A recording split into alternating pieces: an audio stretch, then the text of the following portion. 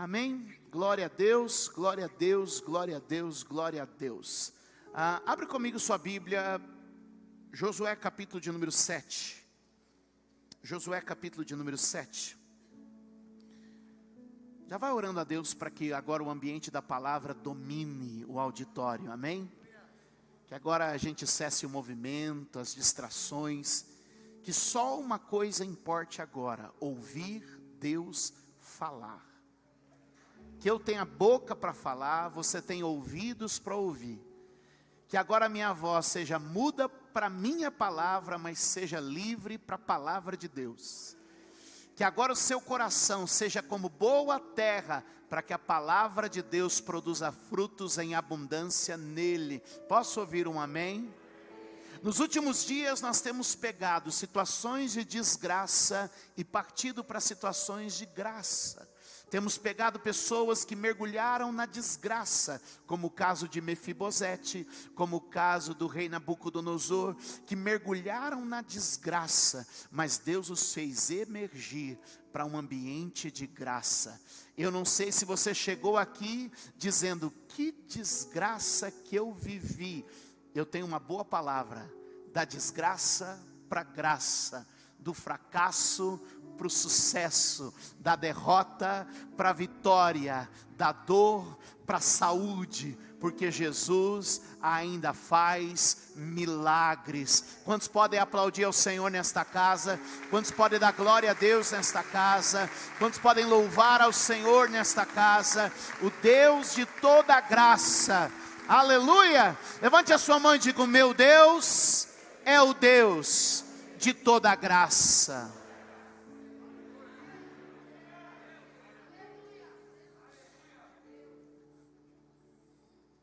Josué capítulo de número 7, verso de número 1. Mas os israelitas foram infiéis com relação às coisas consagradas. Acã, filho de Carmi, filho de Zinri, filho de Zerá, da tribo de Judá, apossou-se de algumas delas, e a ira do Senhor acendeu-se contra Israel. Sucedeu que Josué enviou homens de Jericó a Ai, que fica perto de Bet-Aven, a leste de Betel, e ordenou-lhes: subam e espionem a região. Os homens subiram e espionaram Ai. Quando voltaram a Josué, disseram: não é preciso que todos avancem contra Ai. Envie uns 2 ou 3 mil homens para atacá-la.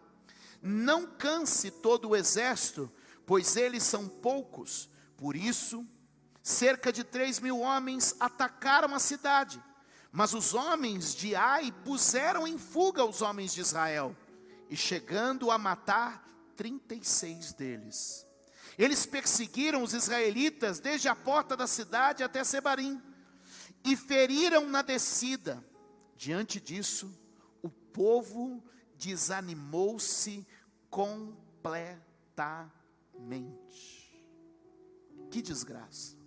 Que desgraça. Josué acaba de entrar na terra prometida. Na terra da vitória ele experimenta uma derrota.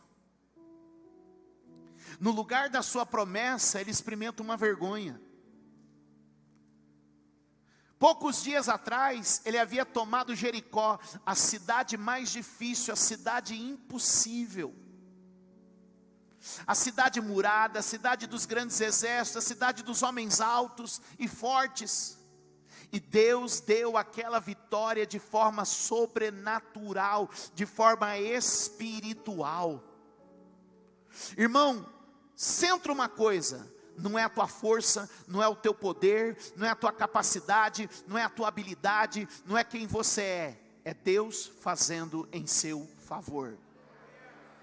Que todo orgulho, autoconfiança e soberba seja varrida para fora, e que nós estejamos diante do Senhor agora, vivendo as promessas dEle, debaixo de sua graça e de seu favor. Posso ouvir um amém? Josué então faz o quê? Encaminha alguns espias e diz: vão olhar a terra. Irmão, esse negócio de mandar espia já não deu certo uma vez, e parece que agora de novo. Eles mandam os espias, e o relatório dos espias é fiel, é honesto. Vou te explicar.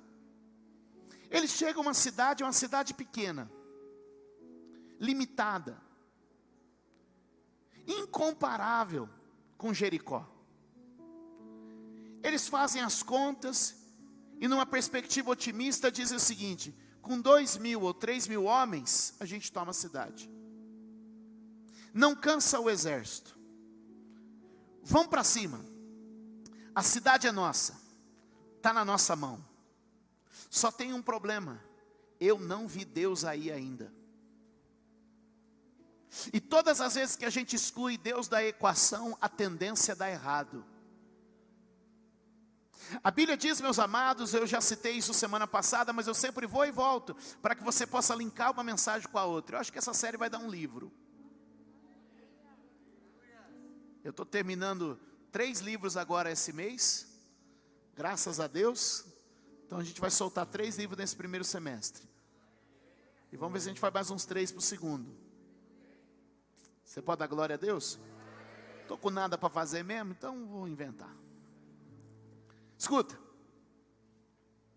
O texto de Tiago diz o seguinte: quem é você para dizer eu vou ganhar, vou conquistar, vou fazer, ao invés de você dizer, se Deus permitir, se Deus deixar, se Ele abençoar.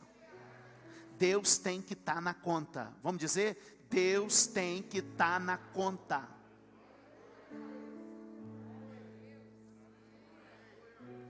Deus tem que estar na conta dos teus empreendimentos.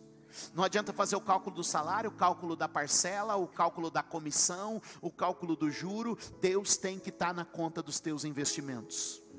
Não adianta fazer o cálculo do material, o cálculo do orçamento. Deus tem que estar na conta dos teus projetos.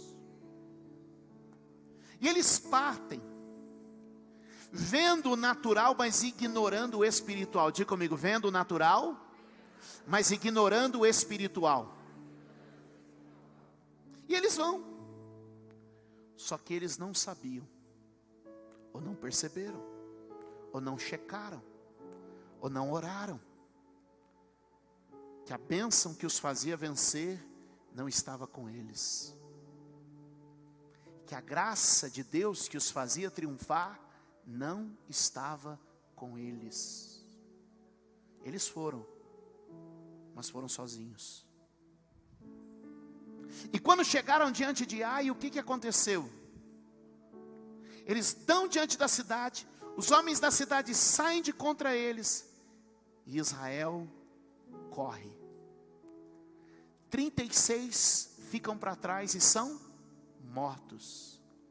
E a vergonha se estabelece no meio do povo de Deus, que devia ser um povo vitorioso, que devia ser um povo vencedor, mas que agora está envergonhado e humilhado. E por quê? Porque a batalha espiritual não é uma batalha de força, a batalha espiritual é uma batalha de autoridade. E todas as vezes que a gente quebra um princípio, a gente perde a autoridade.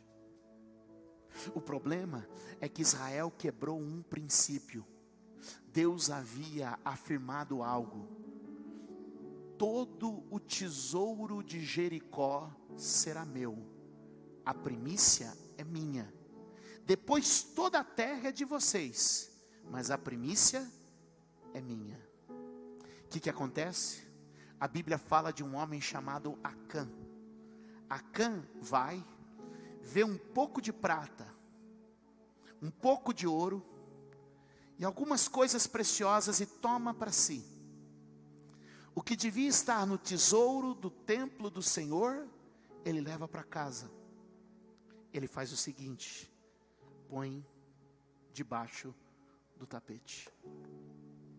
Guarde essa informação, ela será importante mais à frente. O que ele faz? Não ouvi? Ok. Quando se quebra um princípio, se perde autoridade. Vamos dizer? Quando se quebra um princípio, se perde autoridade. A batalha espiritual não é uma batalha de força, ela é uma batalha de autoridade. Nós precisamos manter os princípios. Aqui havia um princípio claro, o princípio da primícia. O primeiro é de Deus, o melhor é de Deus. Busque em primeiro lugar o reino de Deus, a sua justiça, e as demais coisas vos serão acrescentadas. O problema é que a gente se deixa levar pela cobiça dos nossos olhos, e muitas vezes o nosso olhar gera cobiça, e a cobiça é a mãe de todo pecado. É o que a gente deseja, é o que a gente quer, e muitas vezes por não controlar os nossos desejos e não submeter os nossos desejos ao Senhor, que nós perdemos a força, que nós perdemos a autoridade. Por isso eu quero te dizer, está na hora de você submeter os teus desejos ao Senhor. A mãe do pecado é a cobiça, e a cobiça nasce no segundo olhar. A mãe do pecado é e a cobiça nasce no segundo olhar. Consegue pôr para mim Tiago, capítulo de número 1? Consegue pôr? Eu sei que eu baguncei todos os textos aí, mas vocês são demais. Tiago, capítulo de número 1. Cauê, eu preciso de você hoje. Vamos lá. Mas você está aqui, né? Quem está lá? Sei lá, alguém está aí, Deus te abençoe e te use. Amém. Tiago 1, é verso 15, verso 13, perdão, 13, põe para mim 13. Olha isso aqui.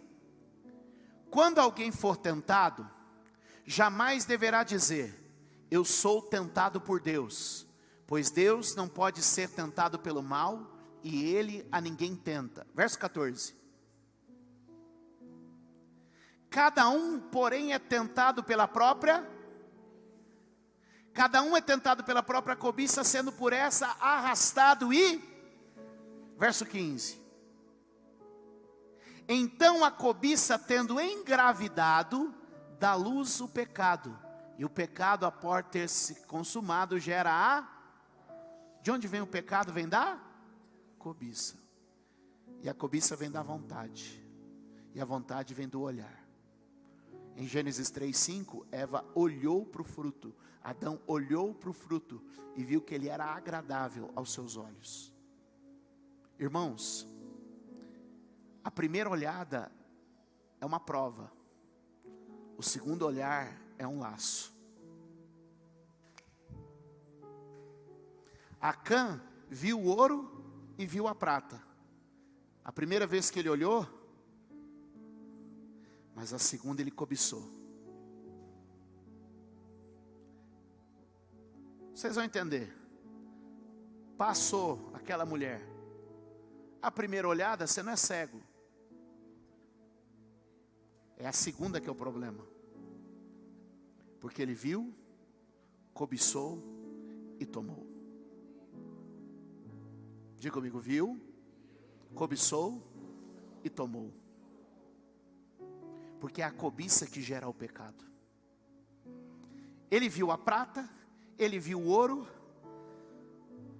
Isso não é meu, isso é do Senhor. Mas o problema é que ele viu e deu a segunda olhada, o olhar da cobiça. Que o Senhor limpe os nossos olhos e tire de nós o olhar da cobiça.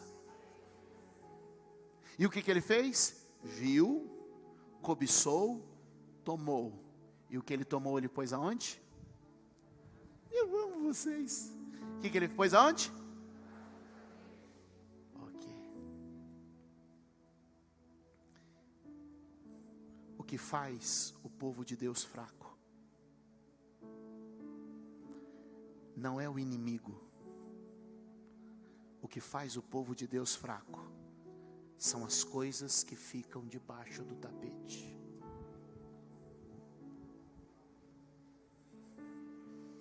Agora é aquela hora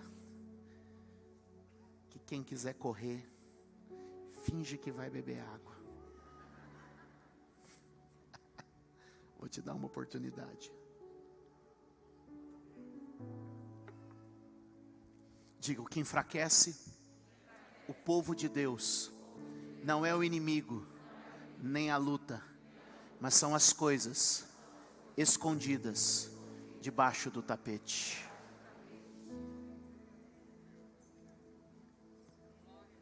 Qual foi o problema de Josué?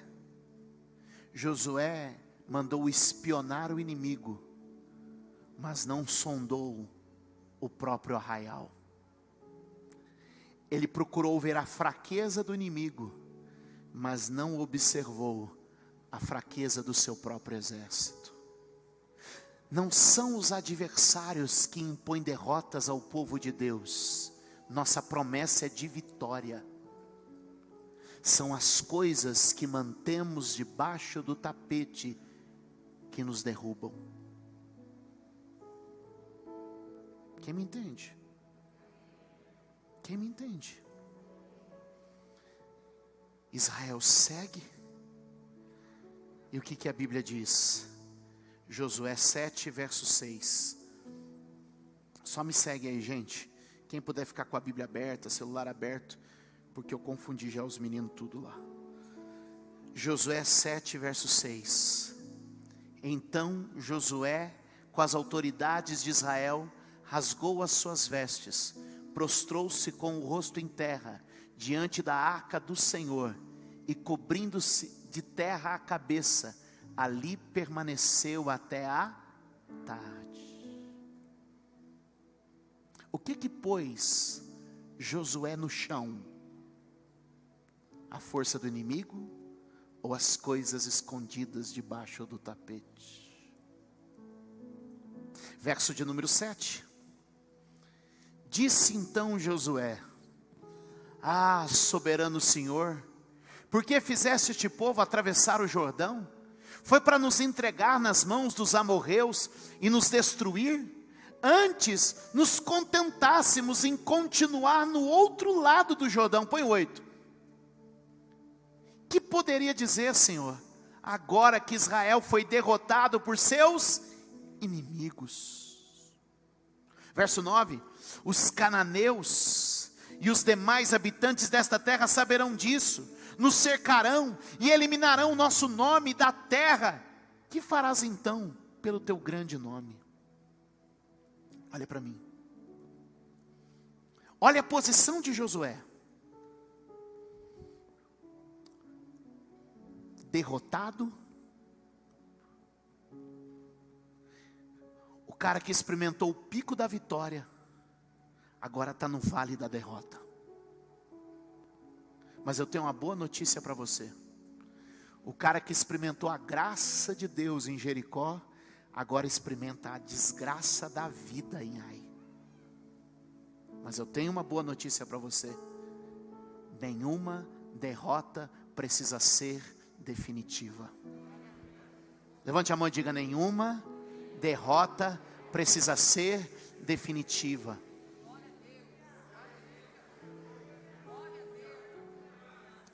O que a gente precisa é de uma mudança. O que a gente precisa é de uma... Verso de número 10. Quem está comigo? O Senhor disse a Josué. O que ele disse? Levante-se. O que ele disse? Levante-se.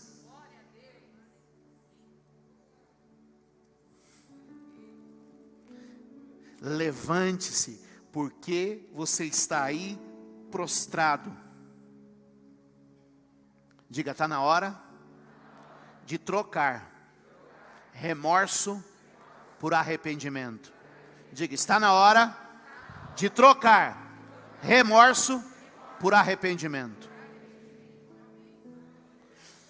Por que Deus mandou Josué levantar? Porque aquilo era remorso. E existe uma diferença gritante entre remorso e arrependimento. Vou falar para você. Remorso é estático, arrependimento é dinâmico. O que isso quer dizer? Remorso te para, arrependimento te move. Gente que vive de remorso está parada, estática. Gente que experimenta o arrependimento se move, é dinâmica. Porque o remorso é olhar para o problema e lamentar a derrota, lamentar o fracasso. O arrependimento é dar as costas para o erro e começar uma história nova. A graça de Deus te dá uma chance de começar uma história nova. O arrependimento é dinâmico, ele te move. Quem está comigo?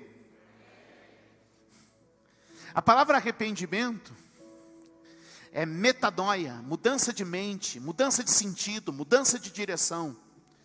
Deixa eu perguntar, alguém aqui já esteve num voo que o voo precisou arremeter? Alguém aqui já arremeteu num voo? Alguém, levante a mão, deixa eu ver. Já arremeteu num voo? Alguém já voando? É bruto, né? É bruto. Por que é o arremeter? O avião está vindo, ó, meu aviãozinho. Está vindo. Quando o avião vai pousar, e aí você vê descendo, tal, preparar tudo, tá pousando aqui, vai o aeroporto, você vê a pista, você vê tudo, de repente acontece alguma coisa. E aí eles fazem uma operação que chama arremeter, que é muito parecido com arrepender. Arremeter, arrepender. E ele vem, e ele faz isso aqui, ó. Vai que vai pousar, mas ele muda o sentido, muda a ação, muda a direção. O que eu estou te dizendo aqui hoje? Irmão, é isso que Deus está te chamando.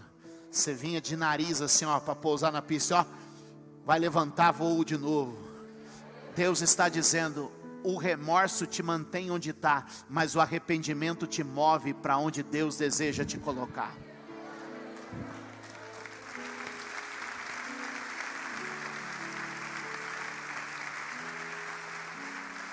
Dá um glória a Deus aí. O remorso é uma condenação sem fim. Eu errei, eu falhei, deu tudo errado, Deus não é comigo, o Senhor me abandonou. E o arrependimento? O arrependimento, aleluia, é um movimento para a liberdade. É dizer, isso não faz mais parte da minha vida, vai ficar no meu passado, eu tenho uma história nova para viver em Deus. É dizer, as coisas velhas já passaram e agora tudo é novo. Está na hora de trocar o remorso pelo arrependimento. Quem está na desgraça tem remorso, quem encontrou a graça foi por meio do arrependimento. Alguém pode dar glória a Deus aqui? Deus está dizendo, Josué, por que você está aí? Por que você está prostrado? Por que você está com a cara no chão? Por que você se cobriu de terra, meu filho? Isso é remorso. Eu quero arrependimento, eu quero atitude nova, eu quero algo novo na sua vida. Remorso gira em torno do erro. A pessoa fica sempre girando em torno do erro. Arrependimento é mudança de postura.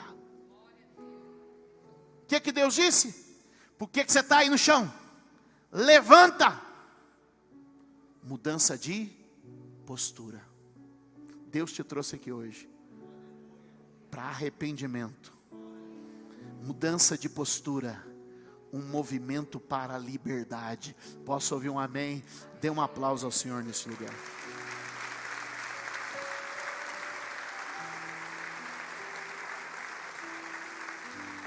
Dá um glória a Deus aí. Só se Deus está falando com você, diga aleluia.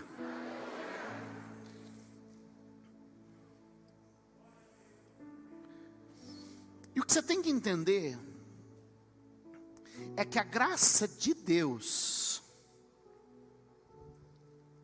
inclina ele para o perdão, mas a justiça de Deus condena todo o pecado.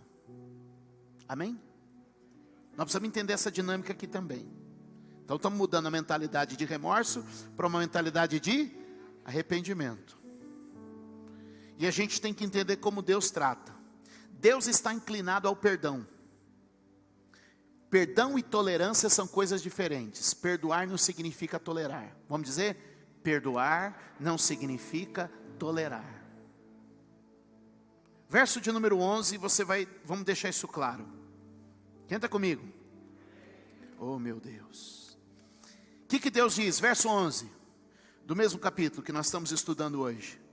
Como é que Deus começa o verso 11? O Deus de graça não ignora o pecado. Vamos dizer? O Deus da graça não ignora o pecado. Israel pecou, violou a aliança que lhe ordenei, apossou-se das coisas consagradas, roubou-as e escondeu, e as colocou junto de seus... Onde é que estava o problema? Ok. Deus é um Deus de perdão? Deus é um Deus de graça? Mas Ele tolera o que está debaixo do tapete? Deus é um Deus de perdão? Deus é um Deus de graça? Mas Ele tolera o que está debaixo do tapete? Vou te mostrar essa dinâmica entre graça e tolerância. Intolerância talvez seria uma palavra melhor. O Deus da graça é o Deus santo. Ele perdoa, mas não tolera o pecado. Quer ver? Põe para mim João capítulo de número 8, verso 11. Olha esse texto. Bora. Aquela mulher pega em flagrante adultério, é levada diante de Jesus, todo mundo está com a pedra na mão. Você conhece a história? Aí Jesus pergunta para ela: e aí, cadê os teus acusadores? Aí ela responde: ninguém, Senhor, ninguém. Foi todo mundo embora. Então Jesus declarou, leia a declaração de Jesus: eu também não a condeno. Agora vá e abandone a sua vida de pecado. Eu pergunto, ela recebeu perdão? O pecado é tolerado? Ela recebeu perdão? O pecado é tolerado? O que Deus está dizendo? Perdoada tá, filha, só não deixa isso te prender de novo. Quer ver? Põe para mim em João capítulo de número 5, o homem do tanque de Betesda. João capítulo de número 5, o homem do tanque de Betesda. Mais tarde, verso 14, olha lá para você que está anotando. Mais tarde Jesus encontrou no templo e lhe disse: olhe, você está? Não volte para que algo pior não lhe. O homem recebeu perdão? O pecado foi tolerado?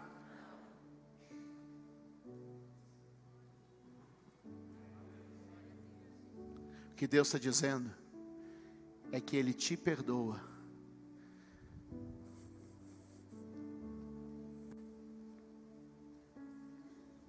Mas tem coisa que precisa sair de debaixo do tapete. O que está impondo uma vida de derrota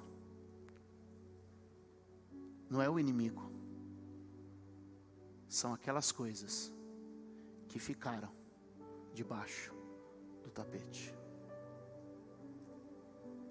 E a diferença é que em Deus a coisa se complica quando a gente esconde, mas ela se resolve quando a gente expõe. Não é o diabo, não é o inimigo que impõe derrota. Sabe o que é?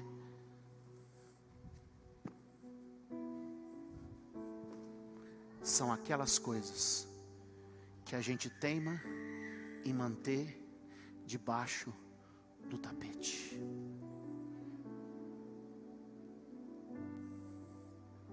E quanto mais a gente esconde, mais a gente perde.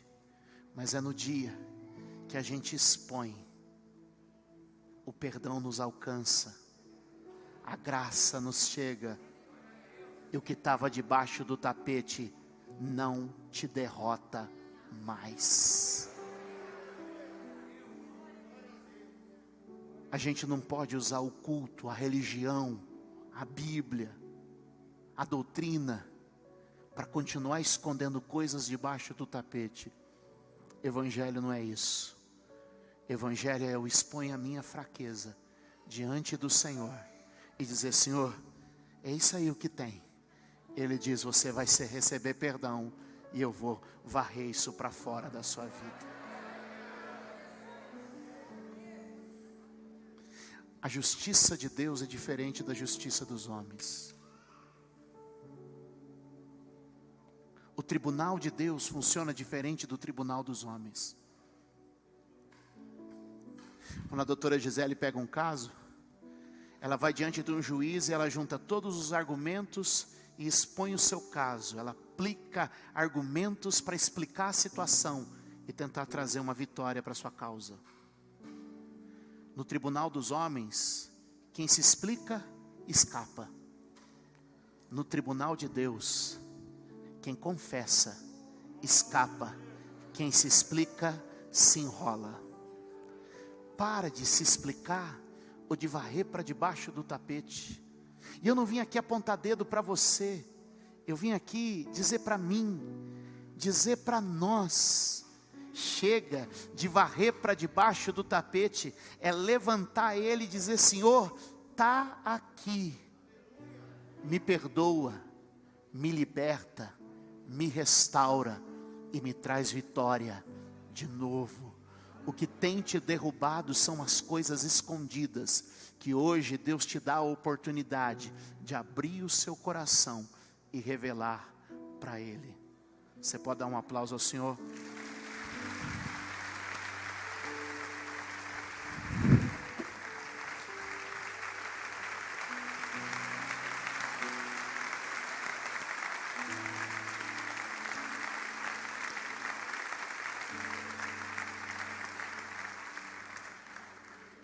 Pega a tua Bíblia,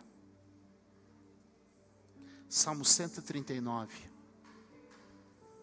verso 23 e verso 24. Salmo 139, verso 23 e verso 24. Oh Jesus, Tu estás aqui. É uma oração que Davi faz, e que a gente vai repetir essa mesma oração na noite de hoje. Será que você pode ler comigo essa oração? E a gente vai ler o 23 e o 24 em forma de oração, dizendo: sonda-me, ó Deus, e conhece o meu coração. Prova-me e conhece as minhas inquietações. Vê se a minha conduta algo que te ofende, e dirige-me pelo caminho eterno. Essa é uma boa oração antes de uma batalha. Essa é uma boa oração antes de uma batalha. Sabe por quê? Porque antes de derrubar Jericó, Deus disse: santificai-vos, porque amanhã o Senhor fará maravilha no meio de vocês. O que eu quero te dizer? Faz essa oração hoje para dizer: Senhor, sonda o meu coração, e se algo dentro de mim, se aquela sujeira debaixo do tapete te ofende, aleluia, se aquela sujeira debaixo do tapete te ofende, te desobedece, eu te peço hoje, guia-me por um caminho de vida, guia-me por um caminho de restauração, guia-me por um caminho de renovação. E o que a gente precisa hoje é dessa graça de Deus, que sonda o nosso coração, não para a condenação, mas para o perdão, que não tolera o pecado, mas que transmite graça e perdão ao pecador. Alguém pode glorificar a Deus aqui? Alguém pode exaltar a Deus aqui?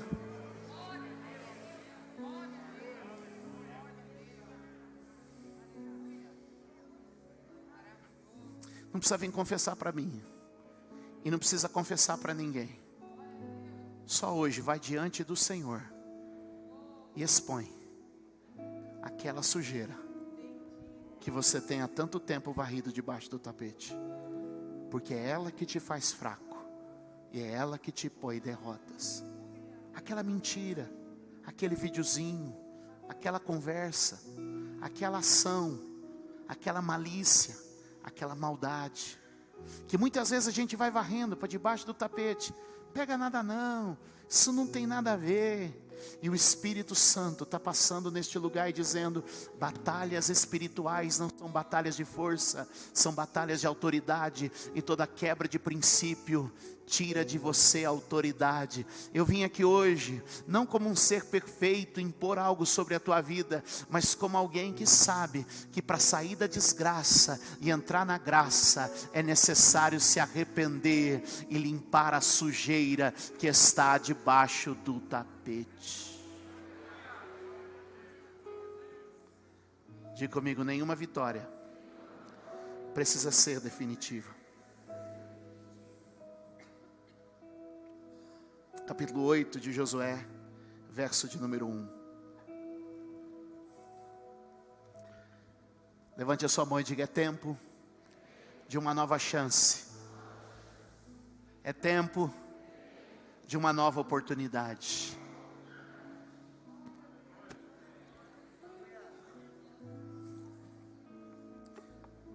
O texto todo mostra que então Josué manda homens que tiram o que estava debaixo do tapete.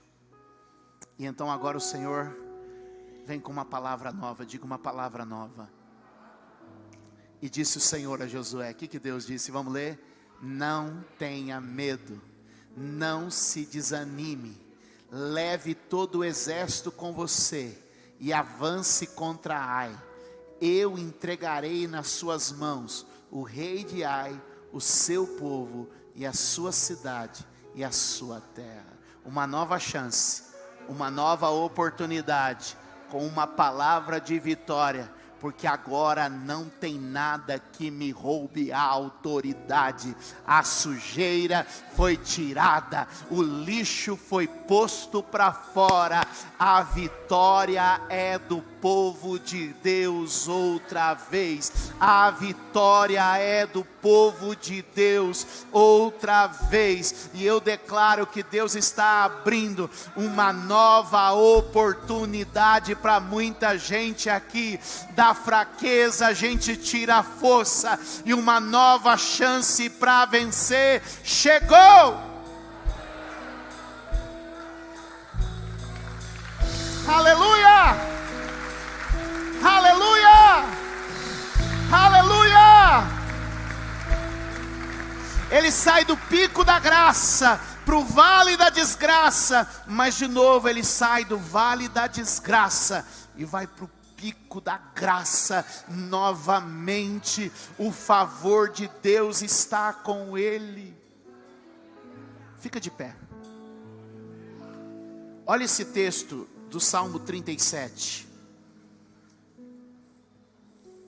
Olha esse texto do Salmo 37. Eu não sei se algo te derrubou, te jogou no chão, se uma vitória se transformou em derrota,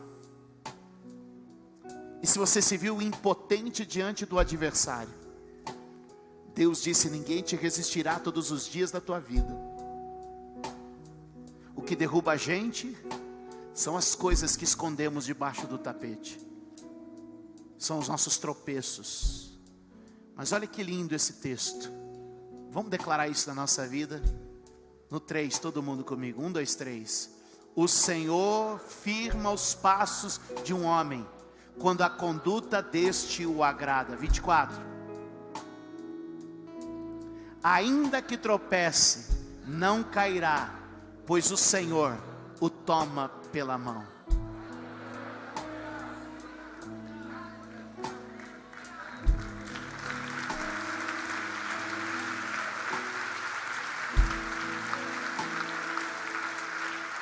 Ainda que tropece, não cairá, porque o Senhor o toma pela mão. Gente, o que Josué teve foi a oportunidade de começar de novo. Diga comigo: oportunidade de começar de novo.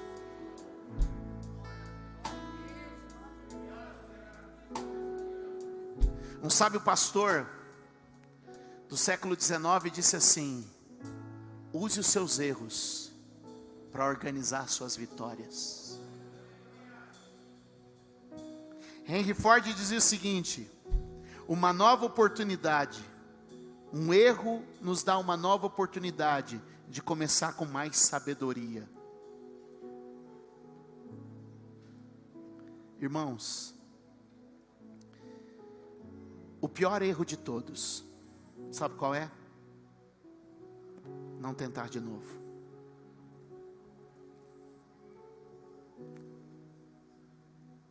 Todo erro tem uma implicação, mas o erro definitivo é quando você decide não tentar de novo. Eu não sei onde você caiu, eu não sei onde você errou, mas eu sei que não é nem o diabo, nem o inimigo, nem o problema que derruba a gente. São aquelas coisas que a gente vai para debaixo do tapete.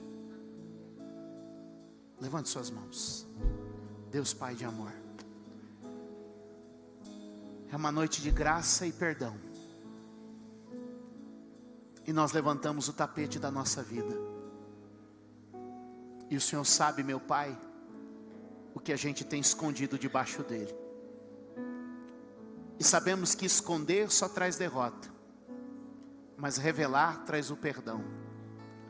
Por isso, na noite de hoje, como igreja, nós levantamos os nossos tapetes e confessamos dizendo: Senhor, pecamos, erramos, falhamos, cometemos erros, tropeçamos, olhamos onde não deveríamos olhar, pegamos o que não deveríamos pegar, falamos o que não deveríamos falar. Senhor, tivemos erros e falhas, mas nos apresentamos diante de Ti, junto ao nosso advogado fiel, confessamos as nossas culpas, declaramos sim que temos pecado, mas Jesus Cristo é fiel e justo, e o seu sacrifício pelos nossos pecados se apresenta hoje diante de Ti, tão vivo como há 2000 anos atrás. Somos completamente perdoados, completamente santificados por Tua presença, e declaramos ao Senhor que isto não mais nos oprime e nem mais nos derrota,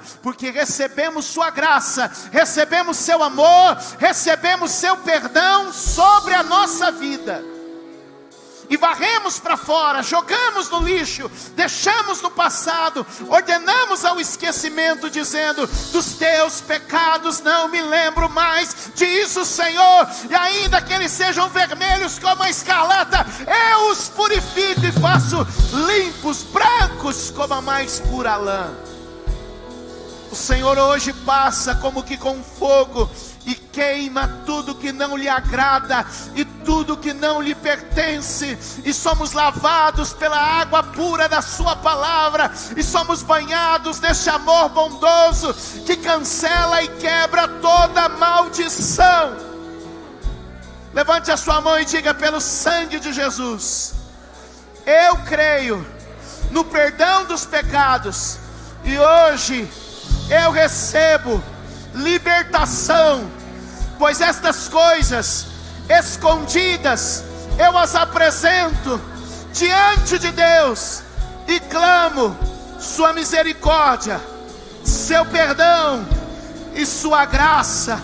E quem crê que Deus o libertou, diga amém e dê um aplauso ao Senhor. És o Alfa e Ômega, início e fim. És o ar que eu respiro, tudo pra mim.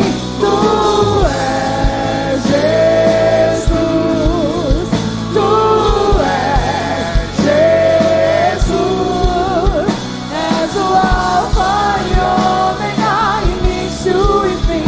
És o ar que eu respiro, tudo pra mim.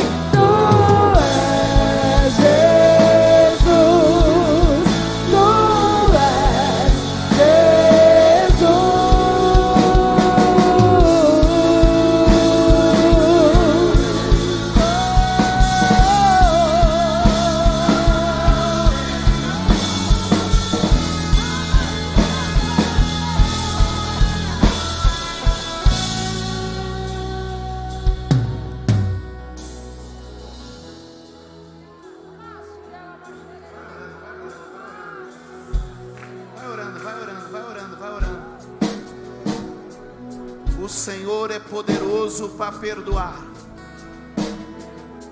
O Senhor é poderoso para livrar. E é quando confessamos que então somos livres, somos libertos, somos restaurados, somos renovados. E a Bíblia diz que se confessarmos nossos pecados, Ele é fiel e justo para nos perdoar o pecado e nos livrar de toda a iniquidade. Ele é fiel e justo para nos libertar, para nos restaurar e para nos refazer. E se alguém pode glorificar ao Senhor, glorifique nesta noite. Pois está escrito, pois está escrito, oh Jesus, se afirmarmos que estamos sem pecado, enganamos a nós mesmos, e a verdade não está em nós. Mas se confessarmos nossos pecados, Ele é fiel e justo para perdoar os nossos pecados e nos purificar de toda a injustiça. Meus filhinhos, escrevo a vocês estas coisas para que vocês não pequem. Se porém alguém pecar, temos um intercessor junto ao Pai, Jesus Cristo, o justo. Ele é a propiciação pelos nossos pecados, e não somente pelos nossos, mas também pelos pecados de todo o mundo.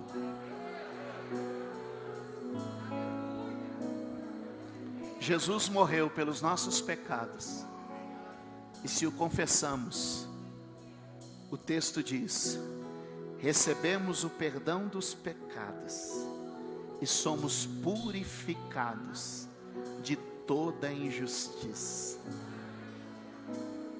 Deus não só te perdoa, Deus também te purifica.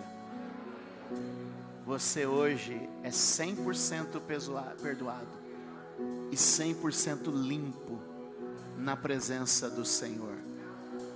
Restaurados, abençoados e pronto para a vitória. Eu só posso te dizer o que Deus já tinha dito para Josué: ninguém te resistirá todos os dias da sua vida. Como fui com Moisés, assim serei contigo. Uma semana de vitória para você, porque o teu pecado não te condena mais.